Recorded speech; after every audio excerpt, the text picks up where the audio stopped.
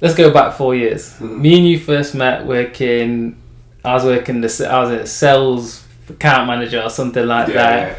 You were the marketing manager at Technicom. Uh-huh. You know, that's not the journey that was meant for you. You know, but that was a stepping stone. But it was part of it, though. Exactly. So what? And around that time was the birth of Homebred Legends, right? Right. So what was that initial story? What's the founding story of Homebred Legends? So it's actually funny. So it's funny that you bring up Technicom in that, because Technicom was a key component in even the ideology of me wanting to do something else.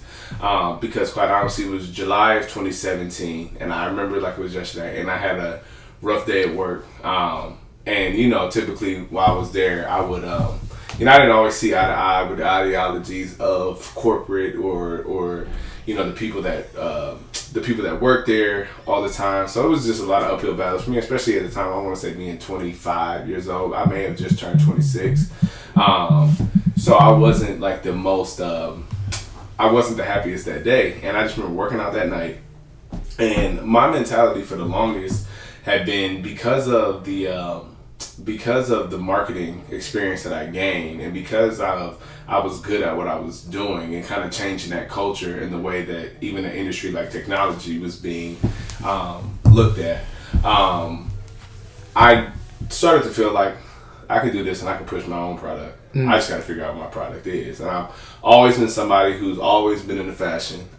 Where I come from, how you look, how you dress is essentially makes you you. You know what I mean? Like, people see you before they hear you for anything. So I was just always kind of raised that way, that you have to look a certain type of part. So I've always been into it, always been in the streetwear. So it was this day after work, and I'm working out, and I was listening to this song called H-Town by the late great Nipsey Hussle. Mm-hmm. And I've actually never really, I get to tell the story sometimes, and I never really get to fully vocalize it, so I'm glad you asked me. I hope I don't make it too long-winded. But I was listening to the song called H-Town, and in it, Nip says, Crenshaw on my shirt, purple in my cup, something like that. And I just remember like pulling out my phone, I looked at the cover of the cover art, and it was Crenshaw. And I've always been somebody, from the time I was 19, like, been hooked on Nip. And I've essentially tried to make my path, obviously not mirror his, but take, you know, the gems and the learning experiences and things that he's put out, and the way that he's carried himself as a man, as a businessman, as an artist, and try to apply those throughout everything that I've done since I was 19 years old.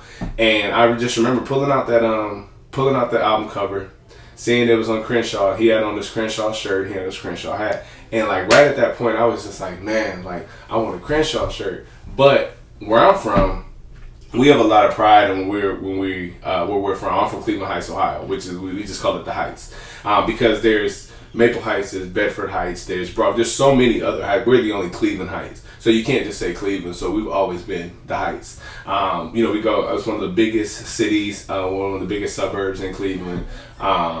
And my mom went to, you know, is from there. My grandmother's lived in the same house for over 60 years now. That's where me and my siblings, we all grew up, all my friends, everything. And I just didn't have it in me at the time to purchase something that said Crenshaw, because that's not where I was from. I couldn't rep somebody else's, you know, origins without doing mine. So right then, I've never been much of a follower, and I've always been like, if this can be done this way, then I can do it this way. Exactly. And right then, I had, you know, the way that my creative process works is that everything is created in my head first. And I'm blessed to be able to have the ability as an artist to be able to take what's in my head and translate it, whether it to be, you know, on a piece of paper, whether it be on a computer, whether it's articulating, you know, an image or a vision to somebody. It's a gift I have. And so right then I was just like, I gotta do Heights tees.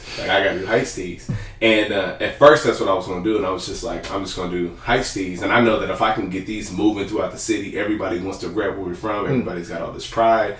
And like, I was somebody who, you know, has somewhat of a name back home. I was like, I can do this. And I had like my friends that are in position to be like, we can really make this go the same way that Nip did. And that night I went home and I got on Photoshop, which I had taught myself to do because of the job with Technicom. And I just started designing like these T-shirts that just said Heights on the front, very much the same way that Nip, had Crenshaw. And before I did anything, like I created those, I sent them off to my friends just to be able to get like that seal of approval, just be like, hey, yo, if I did this, do you think it's a good idea? Just like thing. And everybody was kind of with it. They're like, yeah, like, we know this, and that. So I'm like, all right, cool. And honestly, it just worked from there. I went to Atlanta that August. Which is why you just saw me on Instagram. Shout out like the 4 years, because it was 4 years since the first ever like photo shoot before anything was ever really produced. I got like some samples made. Went to Atlanta. My friends pulled up. I got a photographer that I went to college with that just happened to be down there at the time, and we just went around Atlanta and just shot content in these different sort of tights tees. And my whole goal was to sort of build the demand off the content. And so we shot the content, and I got back, and that's when I started just posting pictures, and then people was like, oh, I need one. And so right then it was just going to be Heights tees, right? But I'm much more brand aware to know that like I didn't want that to be my end all be all. I knew that my vision could be bigger than just this.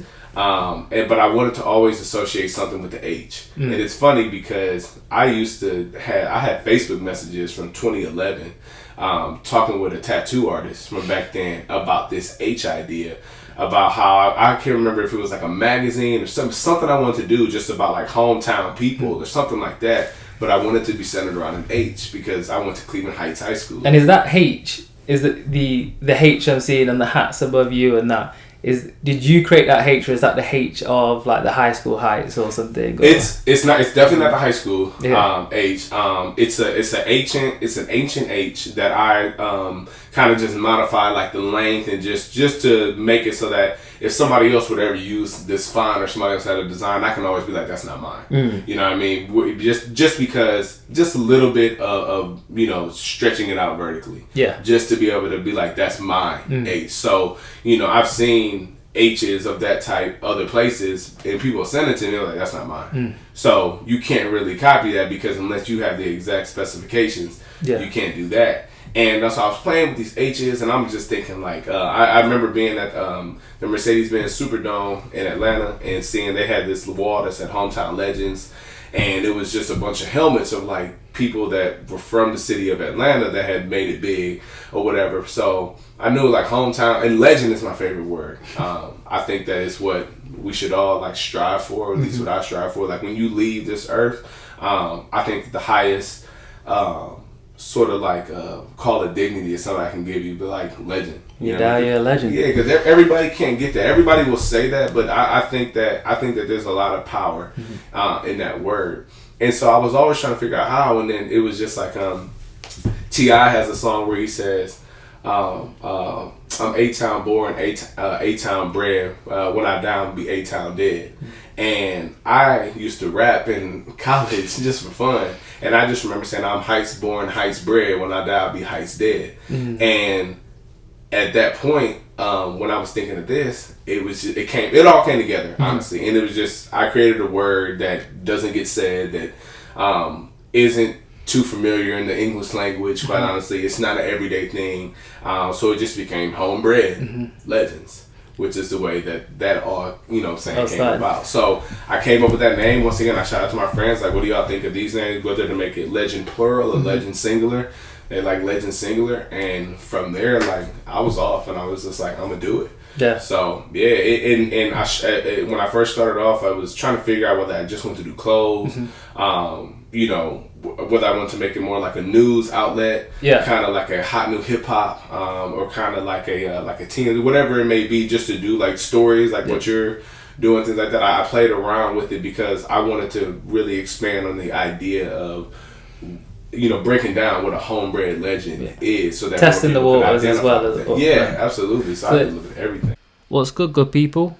If you enjoyed that, then listen to the full episode over in your favorite podcast streaming service. Or for more clips, just continue to explore the channel. Keep it easy.